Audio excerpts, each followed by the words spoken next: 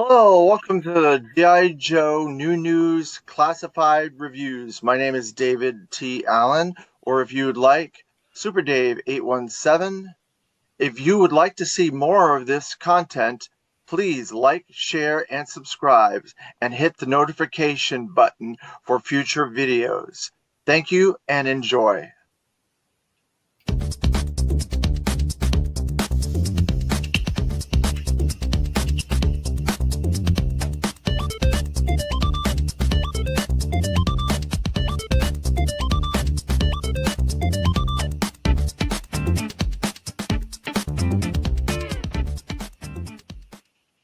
Hello, welcome to another episode of the G.I. Joe New News Classified Review. I am David Allen.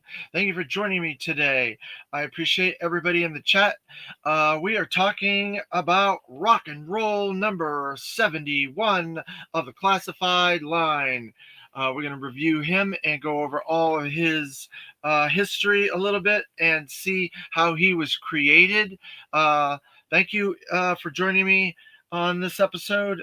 If you would like, you can call me Super Dave 817. We're going to go first to Dan Klingensmith's series of books, Creating the History of G.I. Joe, volume number 9. And this is interesting because there's a lot on rock and roll on here. Look at all this. It's tons of information for rock and roll.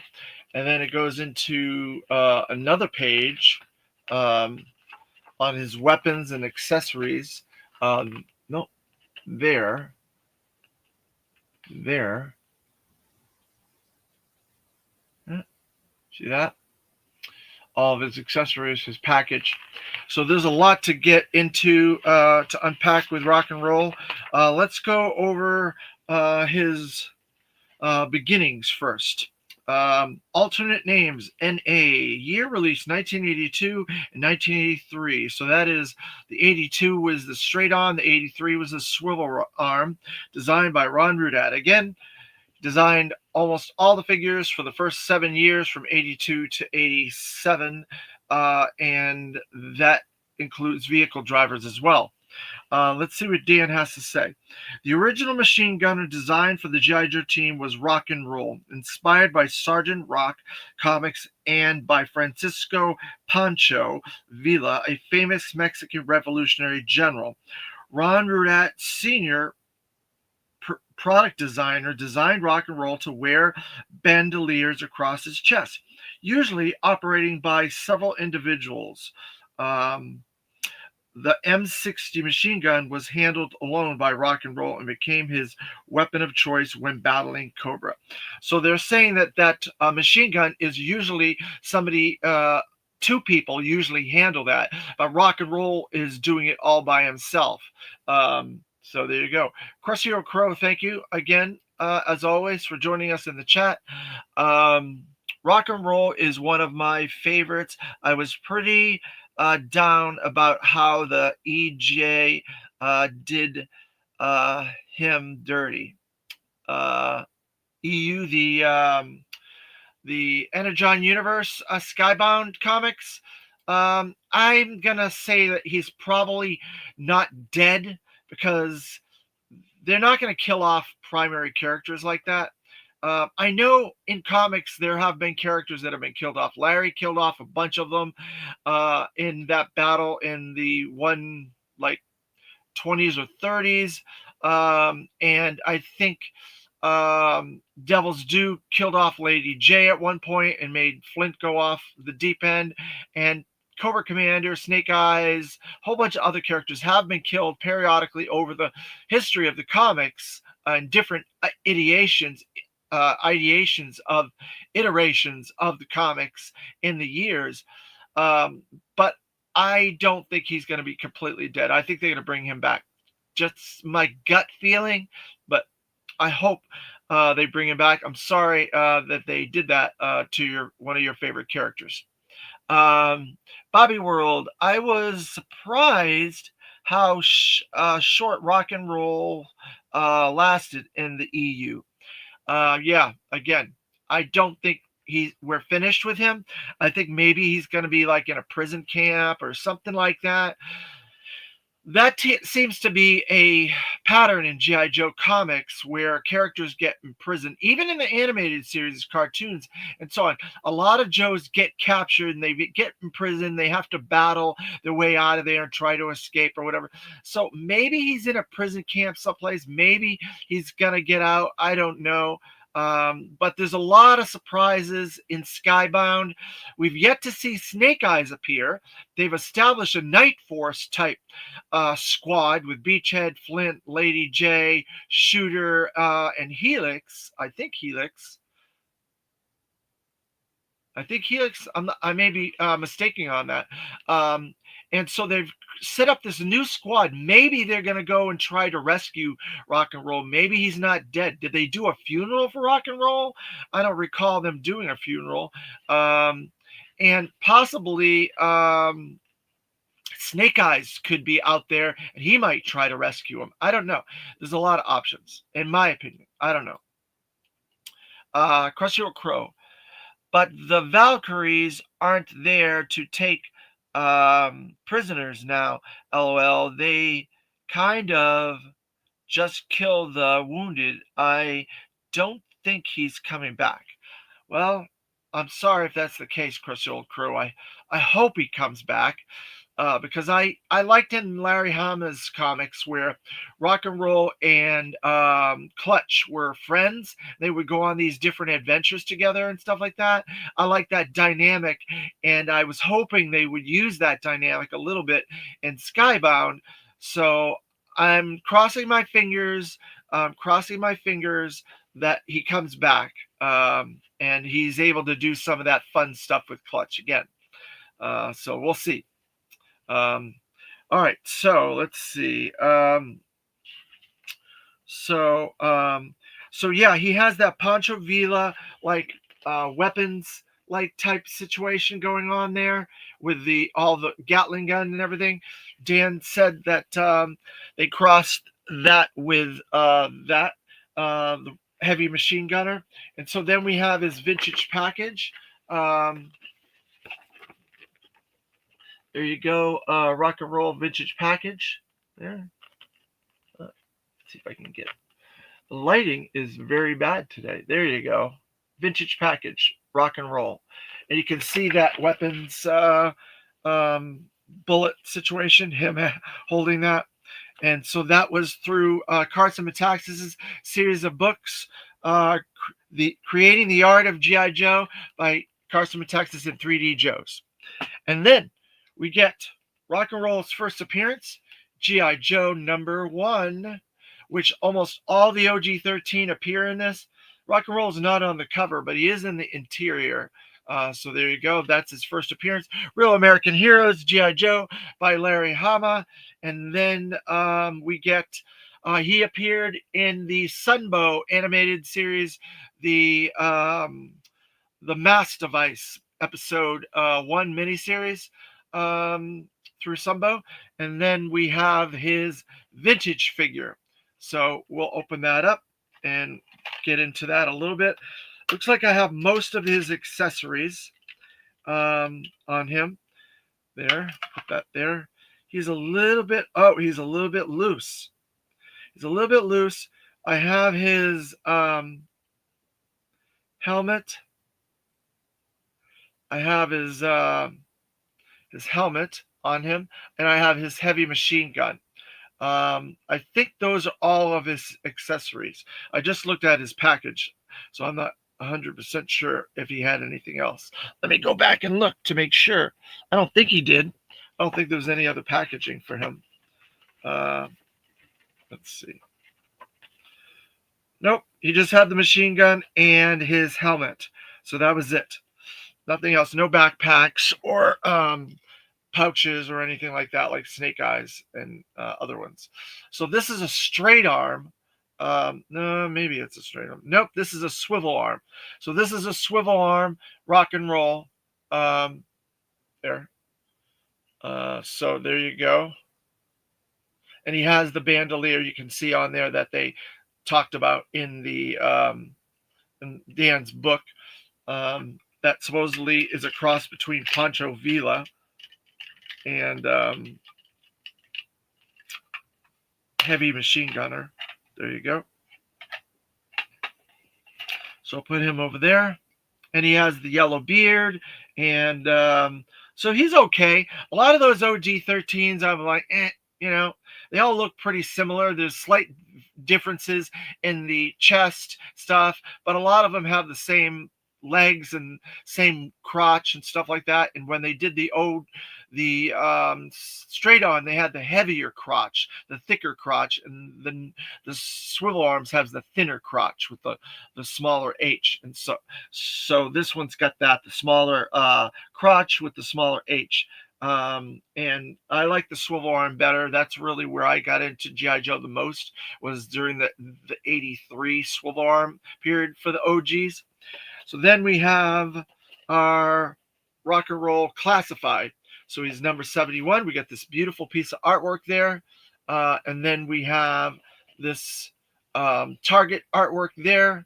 And then we have the cross cell on the back that shows the figure with all of his accessories and a couple different items. We have the bullet bandolier again, like they said, the Pancho Villa bullet bandolier, and a cool tattoo they show there. This cross cell for the new packaging is standard now for all the new packages. So then we go around to the front. We got the figure photography with the weapons and a little bit of that artwork on the side. It's really, really cool. It looks very, very realistic. Jumps out at you as if it could be a real person. It's really cool looking, and it really showcases Rock and Roll because it has the peace symbol on there and stuff like that.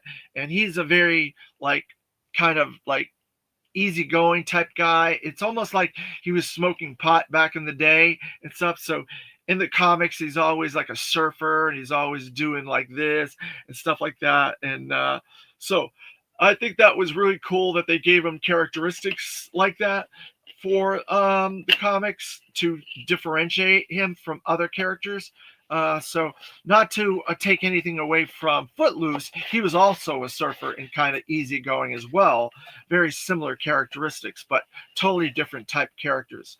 So we're going to put that package away. Oh, we forgot to check the designations. Let's put these up here temporarily, and we'll check those designations real fast. Let's see. He has the Lightning. The Lightning designation says it is Vanguard. So he's Vanguard. He has that canister there. Let's see. Canister. All right, the canister is heavy weapons. So Vanguard, heavy weapons. Then he's got that weightlifting thing that's not on here, I'm pretty sure. And then there's the little cannon. I don't think the cannon's on here either. Need to find that. Yep, we do have the cannon. So that's artillery. So Vanguard, heavy weapons, artillery, and then we have the one with the weight, which I don't have that on my listings. So there you go. I think that just means strength or something like that, the weight, because he is a heavy machine gunner. He has to lift that big gun all the time. So there you go. All right, so that's the designations on him. We're going to put that down there. And then we have the weapons locker, the Stars and Stripes, 71, Rock and Roll. So we'll put that over there for a minute. And then we have Rock and Roll in his package. You can tell they definitely updated Rock and Roll. He's got much more of a modern classifying up of that costume. And so we'll get into that in a little while. And as always, we started with number 00. We've moved all the ways up to now 71. And we are doing all of them in order as we get to them. And then we're doing the vintage package every 5 figures. We started with 40, and now we're doing every 5 figures. So we're almost finished with the initial vintage exclusive line. And Once we get up to 100, we will do 60th anniversary and legacy with every 100 figures, and every 10 figures, not 100 figures. Every 10 figures, we will do a legacy and then vintage orb. 60th anniversary and then legacy after that. Every 10 figures. So there's your rock and roll, and there's the artwork inside that package again. We will put that over there, and we'll get an idea about rock and roll. Let's see. We have Clemens. You're joining us from Africa, South Africa. Hello, good morning, or good afternoon for you, or maybe even good evening. You let me know which one it is, evening or afternoon, Clemens. Thanks for joining us, as always. All right, so let's look at this. He has got a lot of secondaries on him. Quite a lot of secondaries, this rock and roll. So first, he's got that familiar bandolier that I told you about. That's like Pancho Villa there. He's got these kind of like shoulder shirt things that are up, that are kind of rolled up here on both sides. He's got this secondary waist belt that has some pouches on it. He's also got this leg secondary that has a sheath on there for a weapon, and then he's got another pouch on the other leg that's a secondary pouch as well. And then he's got these little wrist secondaries that are on either of his wrists there and there. That has some weapons on it there. He definitely looks different than his vintage. The vintage is much more green, drab army green, and he has much more of a beige shirt in the classified. And then the gridding on the shirt as well. It's two-tone, so the top is like green, and then the sides are green where the shirt is. So he rolls that up, and then of course he has all those tattoos there that they were very famous for talking about on the Pulse episode about rock and roll. That he has those tattoos, and he also has them on that arm as well. There, you can see those tattoos there. Let's see what they look like. Can't really tell what they are. There's different pictures, different type pictures on there. He also has a tattoo on his hand. There. Little tattoo there on his hand. So, all right. So he's got the traditional beard. He's blonde like he is in the vintage figure, because he's always been blonde, which I like. He's a little bit more scraggly. I don't know if this is the same head as the no, it's a different head. So they did make a new head. It's not the Outback head. So they changed this head. Seems like every head they do a different head. So I'm very happy about that. I like that visual of his face in there. The face printing for him is really good. I don't know if you guys can see that or not. It's a little too bright.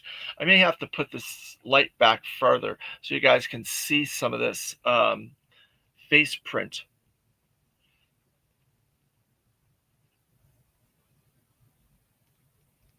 It's hard to see that face print. 610 Yojo Daddy, thanks for joining us again in the chat. I agree with Crow. He's not coming back to Energon. Okay. Well, I guess that's the consensus. We'll see. I don't know. Comics, I'm a longtime comic book reader, and so I never say never when it comes to comic characters coming back from the dead, because it's a trope of comics. So that's why I'm leaning towards, yeah, I think he's coming back. But if you feel he's not, then that's all right. You know, um, it's sad that they would kill off OG-13 like right early on the beginning.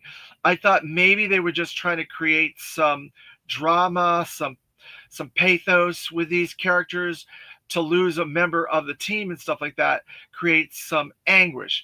It did with Flint when he lost Lady J in Devil's Due, and it did with other characters like Chuckles when Jinx ends up getting shot in Cobra series. Spoiler warnings, by the way. Other characters do die in GI Joe, but they have some of them have been brought back. Like Sneak Peek has been brought back twice. He's been killed off twice and brought back twice. Snake Eyes have been killed off numerous times. He's been brought back. Serpentor has been killed off. He's been brought back. Cobra Commander has been killed off. He's been brought back. So there's plenty of characters that have been brought back from death's door or death itself. So that's my thought on that. I hope he comes back. If he doesn't, I'm sorry. All right, so there you go. There's Rock and Roll. I like a lot of this layering, and I like these brown knee pads and stuff that he has. They really gave him a lot. He's much more bulkier than he was in the previous vintage version. I like Hasbro doing a modern version and then also going up a retro version too. Yep, that's the case with some of these. Some of these characters they do classifying up, and then they do another retro version down the road.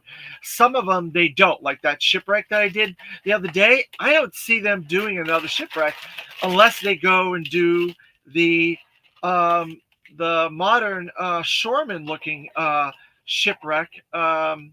So we have the legal and gobbledygook and all that. I'll put that back in there and put that back down. But there are other characters like we just got the render for Hit and Run. What are they going to do? A Tiger Force Hit and Run? I don't see them doing any other versions of Hit and Run. So it's one of those things. Sometimes they do it, sometimes they don't. And it's like I wish there was a consistency, like everything was classified up, and then they came back and did a vintage version. But that's not always the case. Like Shipwreck, that's basically vintage almost all the way, you know. So there you go. And then there are other characters that they never did their vintage version. They come in the vintage packaging, but they never did another version of them as a regular figure. They did like a subgroup, like Recondo. Recondo is coming up, but he never got a regular version. They did the vintage version, but he got a Tiger Force version.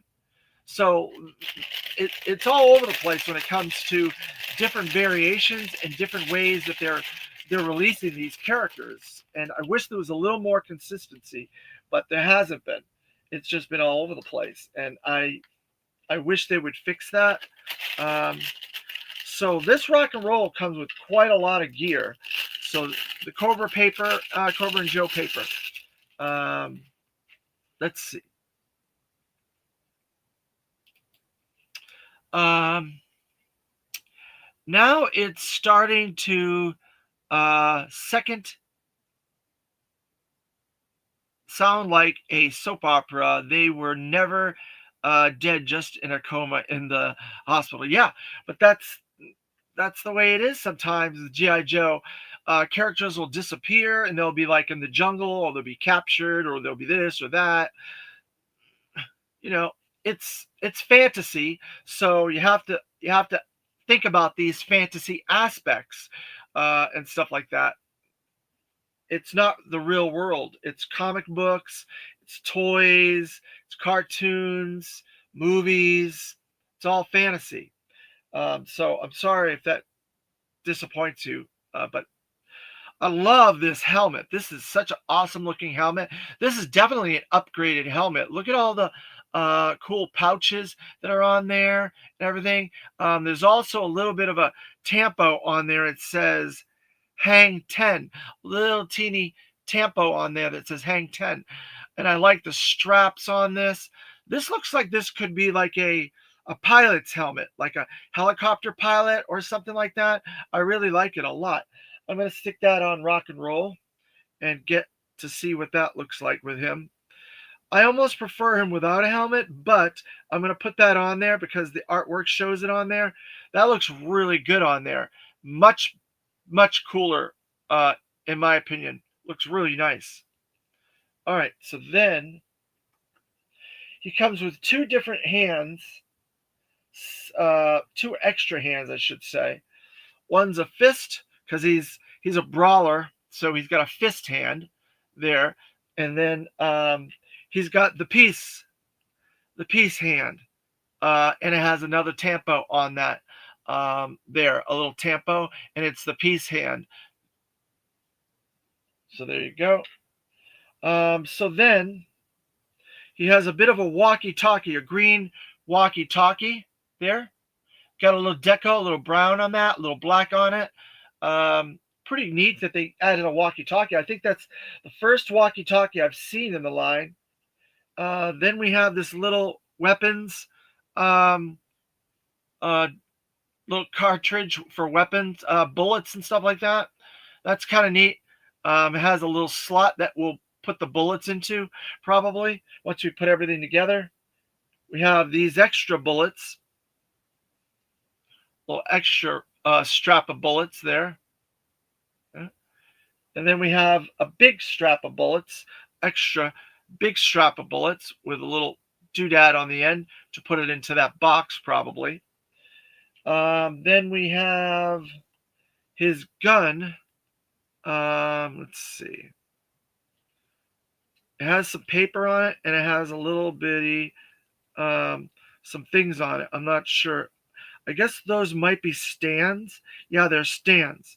So we have to get that out, this paper off of here first. There. So we got that paper off, that cardboard out of there. So he has in his heavy machine gun, we got these little stands that go on the ends there like that. And man, is that awesome. There's all kinds of detail in that. Look at everything. He's got that handle there. He's got the regular handle. He's got the back part. Lots of detail, lots of really cool stuff on that. All right, so let's see. Let's start putting these bullets together and see how this all works. So we know that this goes in here.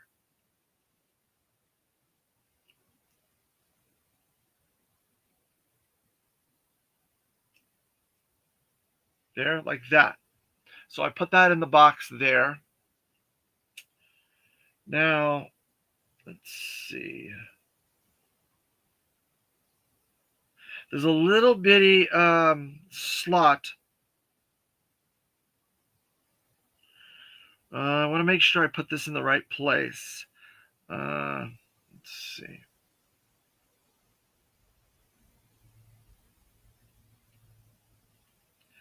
There, like that. Like that. So it goes on the gun like that. And then the second part, I'm guessing, is going to go on this side.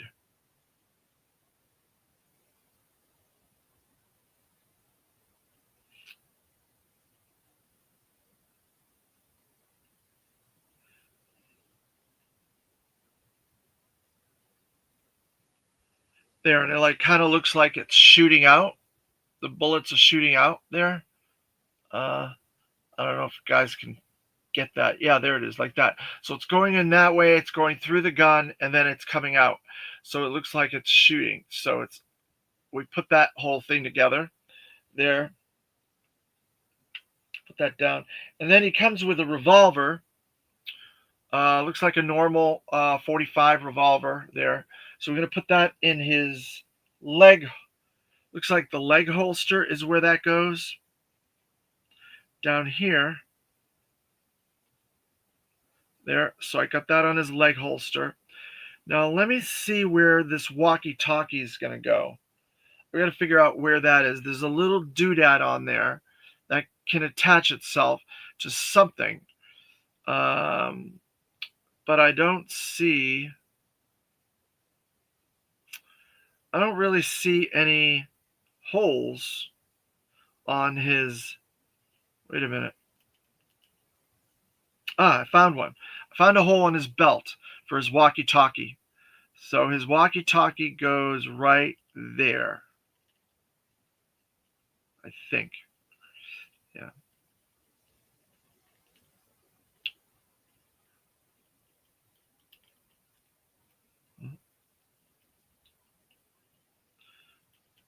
Uh,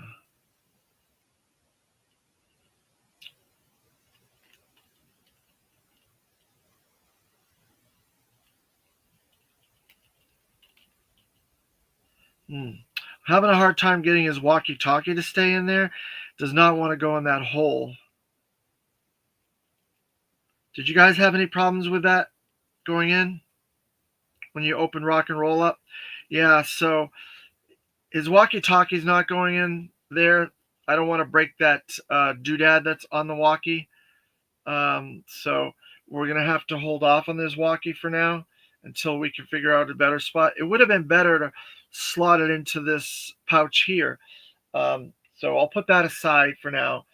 And so then we have, let's see if we can get this in here.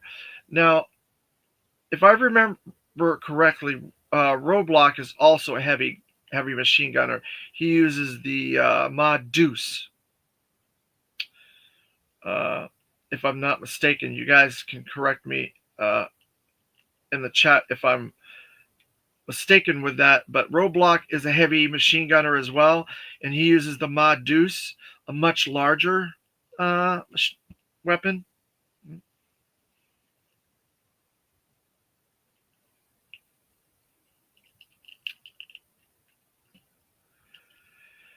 So I'm just trying to get this lined up so it makes sense. So I'm thinking about maybe putting the box on this side instead.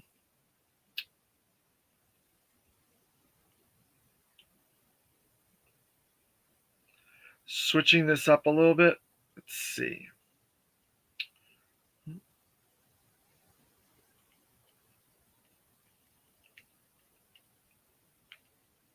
All right. So then putting the bullets in this side instead, because the other side would have been on the interior. And I don't think it looked very good like that there. And then the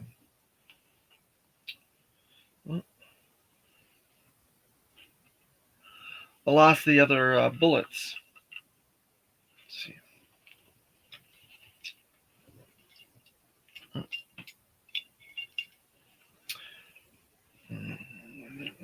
I lost the other little bullet. Oh, there it is. I found it. It was between my legs. Huh. There. So then you put that other bullet thing on this side, I guess.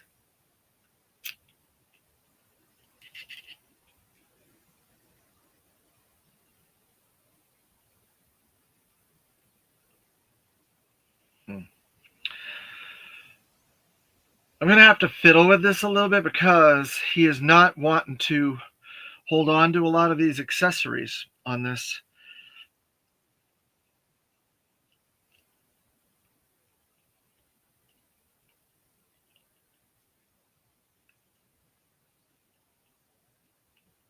All right, so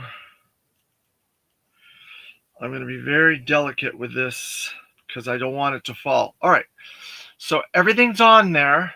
I got all the bullets, the gun. These go up, by the way, so he could use it on the ground or on the side like that. But he looks really, really cool like that. It's kind of a cross between version 1 and version 2 of Rock and Roll. I think because people were a little bit upset about the fact that they veered too far away from the vintage. So that's why they did a vintage one. It seems like a lot of times when they do vintage, it's that they want to do totally different versions of the characters because either they sell out fast or the fan base is upset about it or something happened to it or whatever. So that's why they do vintage. And Rock and Roll was one of those figures where people were not happy that he didn't look closer to his OG 13 version. And you can tell that he definitely looks a lot different than his OG 13 version. But I like this one. I like this upgraded classifying up. I prefer that. Oh, I found another hole. Found another hole in his belt. The back of the belt. Let's see. Oops, there goes that again. That does not want to stay on. None of these bullets want to stay on. But I did find a hole that maybe... No, that's just art. So that's not a hole for him to put that in. Maybe that's what that is too there. Maybe that's just deco and it might not be a hole. Yeah, I think it might just be art. That might not be a hole for that walkie-talkie. So I'm not sure where the walkie-talkie is supposed to go. But a lot of these accessories are not very sturdy on Rock and Roll. I'll say that, you know. Customizers, maybe they might be able to get him to hold a lot of this stuff and do a better job with it. I'm having a hard time with it. But as far as his articulation, he's got the new head articulation, the new head rocker articulation. He's got the butterfly shoulders. He's got the double pin elbows, double pin knees. He's got the ab crunch, and it is a little bit loose there, a little bit loose. He's got the crotch and leg articulation. He's got the thigh. He's got the calf articulation. With that shirt there, it makes it kind of look really cool with that articulation for the shirt. He's got the wrist articulation. He does not have a secondary wrist articulation there. He does have the secondary ankle articulation. Most figures come with that now, and he's got the foot rocker. But overall, visually, I think he looks really cool. I really, really like this Rock and Roll figure as a visual, but trying to get those accessories, almost all those accessories are not very good with staying on him and staying attached. And you know how I am, you guys, if you've been watching this for a while, I like to try to get all the accessories on them. So I'm going to fool around with his heavy machine gun a little bit after the video and see if I can get some of that stuff to stay on. But other than that, and I'll try to find a spot for this walkie-talkie, a better spot for it.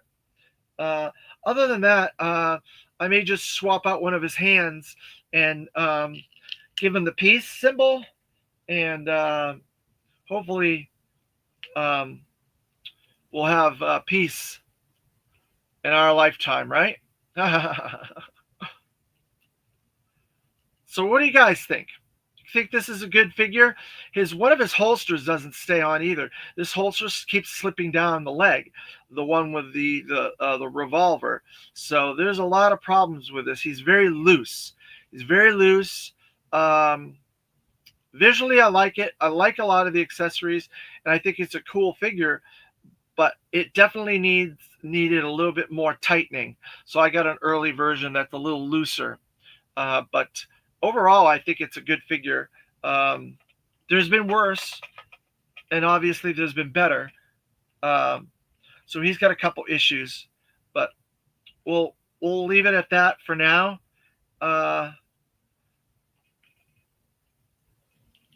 I'm going to try and do the package there with the peace symbol. All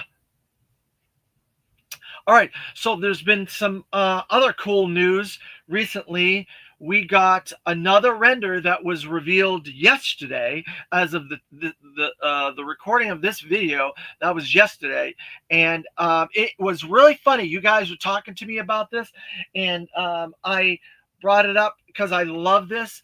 But they talked about the mole rat.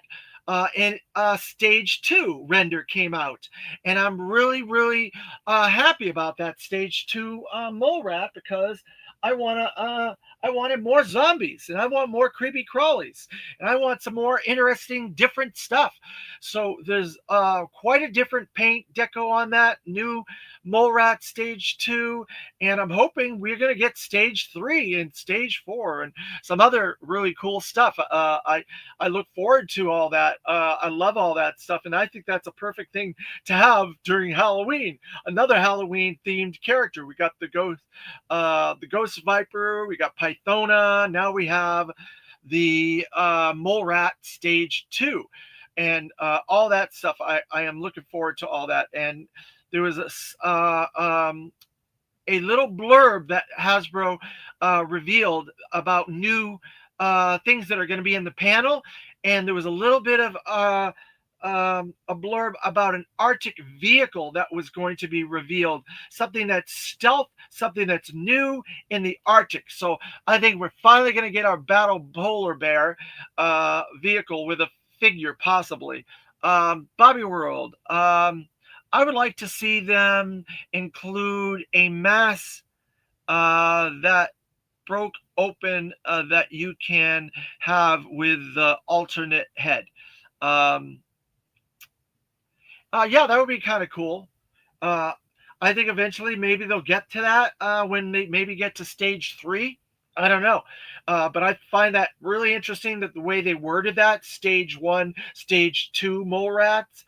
And I think those bodies are going to be what we're going to get for Airtight and some of the Eco Warriors bodies as well. They're trying to get some more money out of those sculpts to reuse them. So I think we're going to be getting a lot of the Eco Warriors and Airtight. And for that, that's just my gut. But you never know. And it is not a Night Force figure, by the way. That is a mainline release. It is not Night Force this time. The first Mole Rat was Night Force. This one, and the first one was exclusive to Walmart. This one is not going to be exclusive to Walmart. It's going to be mainline, and it'll be by part of a 4-figure wave.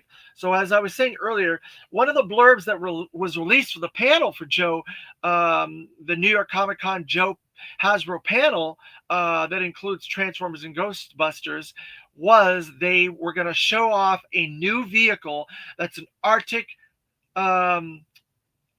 stealth vehicle. So I am very confident we're going to get something to do with the Battle Polar Bear and a figure with that. We'll have to wait and see, but we only got about a week left till that panel. It's going to be next Friday, October 10th at I believe 11 p.m. 11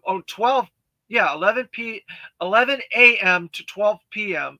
on the East Coast. So if you're in another part of the country, you can try to figure out that time zone on that. It'll be Friday during the day for that panel. And it'll, like I said, it'll include Ghostbusters, Transformers, and G.I. Joe Classified on that panel. And then we got the dates for the MCM London panel as well. That's going to be on about 6:45. It looks like 6:45 p.m. in the evening, early evening. Can confirm it is the Arctic Hiss, no figure, price point around $174.99. So how do you know that? 610 Yojo Daddy. They said it was new in that blurb, and it was stealth. So I don't see how a Arctic Hiss would be very stealth and new. We've gotten an Arctic Hiss before. So can you clarify that statement for me so I can have a better understanding of what you're talking about? So I was hoping that we were going to get a Joe vehicle, a Battle Polar Bear. to go with the Joe theme. Um, so there's this train of thought that has been permeated through YouTube over the last few years because of the way that they do Hasbro. Uh, they kind of plan up a line plan around the HasLab. And if you go back and you look at some of the Star Wars and Marvel Legends HasLab line plans, like let's use the Engines of Vengeance. It's been 3 years since the Engines of Vengeance was supposed to come out. If you look at the line plan after that through the next year, they came out with a lot of like occult characters. We got that wave that had Dracula, that had Lilith, that had Hellstrom, had different Moon Knight, had other occult characters in it that was planned around that line, that Engines of Vengeance HasLab. The same thing for Star Wars, where we've gotten the Cantina playset, and now we're getting all those extra bits that are around that line plan for the Star Wars. That includes like the Tatooine playsets, other Tatooine figures, and so on and so forth. They planned around that HasLab. So we're getting the Snowcat HasLab that has been funded. We're getting a playset and 3 figures and the Snowcat with all those extra elements. And they have announced as a name only Iceberg. So I believe we're going to get a snow themed vehicle to go with this line plan. And that's my theory. The Battle Polar Bear with a female figure is what I'm thinking. I could be wrong, but that's my theory on it. Bobby World. Even though the mass device was never powered by Dark Energon, and it'd be nice to see it in one of those containers. Yeah, it would be one of the mole rats. Yeah, I think that would be really cool. I agree. 610 Yojo Daddy. New to the classified line, stealth because it is white. Trust me, it's the hiss. All right, I'll take your word for it. 610. Thank you very much. We will probably get another render reveal today. Yep, I'm thinking we're going to get another render reveal today. I typically do these videos between 9:30 and 11. So I want to be prepared for when Hasbro does those reveals and they do drops and PulseCon. So I always do stuff either before or after. So I want to make sure I'm ready for that stuff when it comes out. And I'm watching for it and keeping an eye out for it. But thank you, 610 Yojo Daddy, for that intel. I really appreciate it. I love the Arctic Hiss. Don't get me wrong. I would love an Arctic Hiss. And if they're going with that formula that Marvel Legends has done thus far with the orderable, where you order it on PulseCon and they manufacture to order like they did with Dragon Man, the Sentinel, and now with Mephisto, and they're starting to do that with G.I. Joe vehicles. And I would love to get an Arctic Hiss that way. It would be phenomenal. I don't know if I'd be able to get 2. That's going to be tricky. And I hope that we get other versions of vehicles in the future, like the Tiger Fly and the Tiger Rat and the Tiger Cat. So there's opportunities to release vehicles that way without all the technical stuff, pared down to a minimum pay scale with maybe one figure, maybe not. Maybe you can use the Arctic Bat or one of the Snow Serpents to drive that and keep that price point down. We'll have to see. But yeah, I was hoping we were going to get a smaller vehicle. I was hoping for the Fang still. I thought we would get that before we got another Hiss, but it is what it is. Maybe a high price point for the fall to help the budgetary budgetary stuff. I don't know, because we've been getting vehicles. Seems like in the fall quarter, we got the Vamp, we got the Stinger. Actually, the Stinger was the summer, so that was the Oz Striker, and the Stinger that was summer, and then we got the Vamp in the fall, and now the Hiss. So maybe they're trying to keep that high price point vehicle in the fall to help with their quarterly budgetary situation. I don't know. The way some companies work, especially in the toy industry, the beginning of the year, the fiscal year for toy companies and a lot of companies is the fall. September is the beginning. So it's very interesting that Hasbro is charging a lot of this stuff right now, and we're getting a lot of deliveries on figures and stuff right now, because it is the beginning of their fiscal year. Because it's Christmas, it's the holiday season. This is where they do the I would say about 75 to 80% of their business plan is the fall, from now to Christmas, and a little bit of New Year's for people that buy Christmas after the fact. So it makes sense that they would put a large scale vehicle in that period for that thought process and for business purposes. And then obviously they've been doing a vehicle in the spring, and then they do a large vehicle and a bunch of stuff in the summer. And you can see almost the quarters, how they do these things in the quarters that they've been doing it. So that's my theory on it. But if it's the Hiss, it's the Hiss.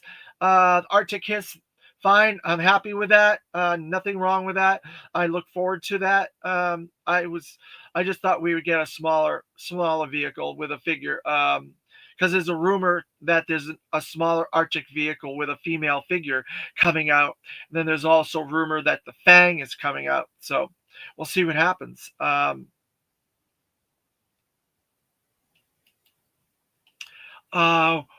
We should get the polar bear eventually for sure, though, and I want one bad.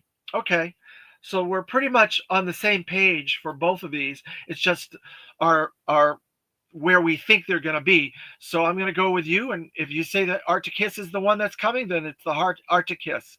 So I look forward to that. It should be really interesting. So if they're going to show that off during the PulseCon event, there's supposed to be a panel at New York Comic Con, and then afterwards there's going to be a PulseCon event that they're going to reveal on the socials. So they're going to do two of those events at New York Comic Con, and then we don't know if they're going to do MCM London panel and another PulseCon, or if they're going to do a PulseCon event at 10/27 and then do a panel at MCM London. So that's still up for grabs, but we definitely know the dates for the MCM London panel. What do you guys think? You guys like this rock and roll? You think he's pretty rad? What do you think about the accessories and the problems with his accessories?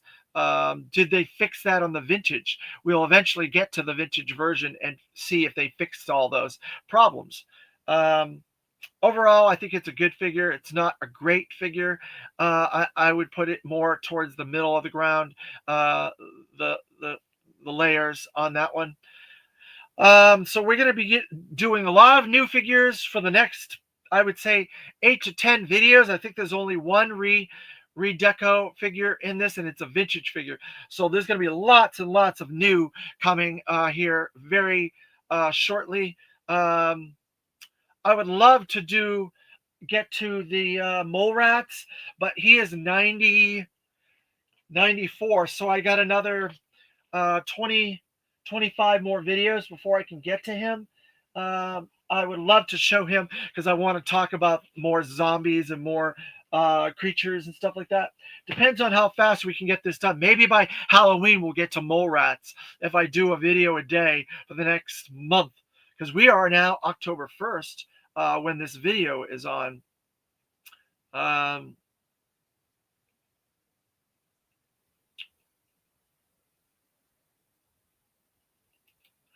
610 Yojo Daddy.